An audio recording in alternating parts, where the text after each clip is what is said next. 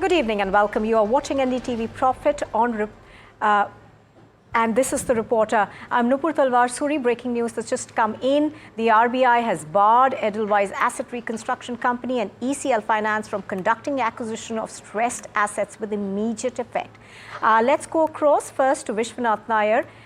We're also joined by Sajith in the studio. We'll be going across to him as well. But first up, Vishwanath, give us more details of what's happened. Right, Nupur. So, as you said, there has been a restriction that has been placed by the Reserve Bank of India, essentially with ECL Finance, which is the NBFC of the Edelweiss Group. What the RBI said is that you cannot enter any structured transactions in the wholesale business.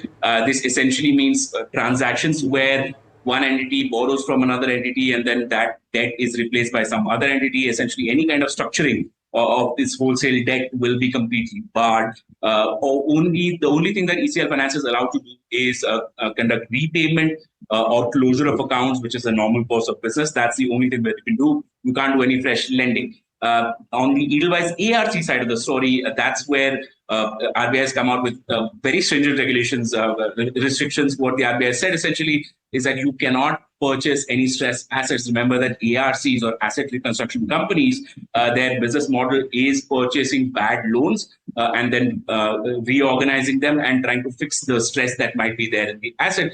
That business has now been restricted by the RBI with immediate effect. What the RBI noted is that there were certain concerns of evergreening that were coming out. Evergreening essentially means that you take one loan to pay off another existing loan which is closing default, so that you're not marked as an NPA, but the outstanding debt of the company does not change at all.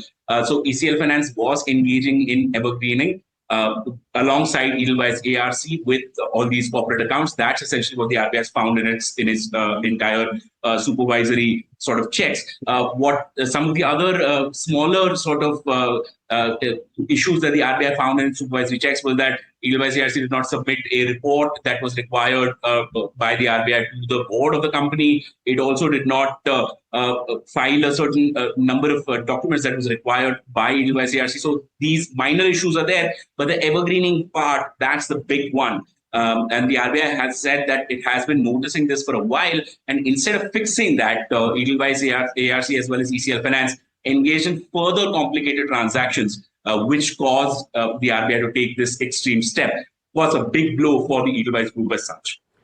Right, Sajid. If you look at the release which has come in, it talks about how the ARC along with AIF, which is the alternate investment funds of belonging to Edelweiss, are involved in this evergreening.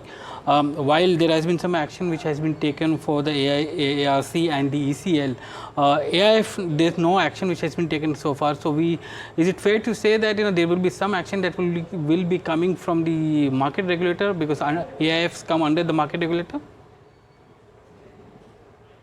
Right, Sajid. So yes, as far as AIFs are concerned, there is an element of SEBI's regulation into AIFs. However, the RBI, if these AIFs are linked to any RBI regulated entity, then the RBI does have that sort of extension. Remember that just a few months ago, the RBI had restricted the way in which lenders could participate in businesses with AIFs. Essentially, any sort of AIF which had a RBI regulated lender as the majority sort of investor in them, they would not be able to further lend to any linked companies. Essentially, if the lender was lending to a company, then the AIF that the lender is funding cannot also be lending to the company. This was done because of the concerns around evergreening. At that point in time, the RBI did not mention specifically which groups were being looked into. But now clearly we are seeing action against Edelweiss ARC and ECL Finance. So, some indication from the RBI on where its concerns with regard to the AIF NBFC sort of twin lending structure is coming from. Which basically means that there could be few more cases coming in, because it may not be a standalone case here. There must be an industry-wide issue which is coming in with respect to evergreening through structured products, not only for financial companies like ECL. Right, Sajid. So, yeah, I mean, at this point in time, we do not know which other groups might face some strictures from the Reserve Bank of India that the RBI will come out with in a short while. But if you remember what has happened with some of the other sort of violations by lenders, like for example the gold loan business, that the RBI took action against IIFL Finance. However, it did not, for example, take any other gold loan lender into its sort of strictures.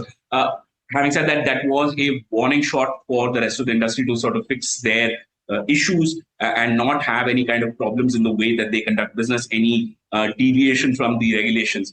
So I'm not entirely sure whether another lender will be brought into similar structures or not, but definitely the RBI is pointing out that this kind of structure is not something that they are okay with.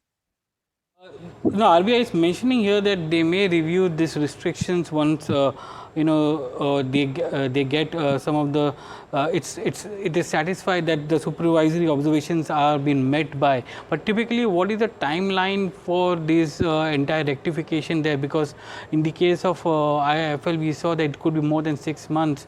But when something similar came, not similar, but some restrictions came for Bajaj Finance, it was pretty much quick there. So is it dependent on how the companies are moving forward for rectification, or there is a timeline for it?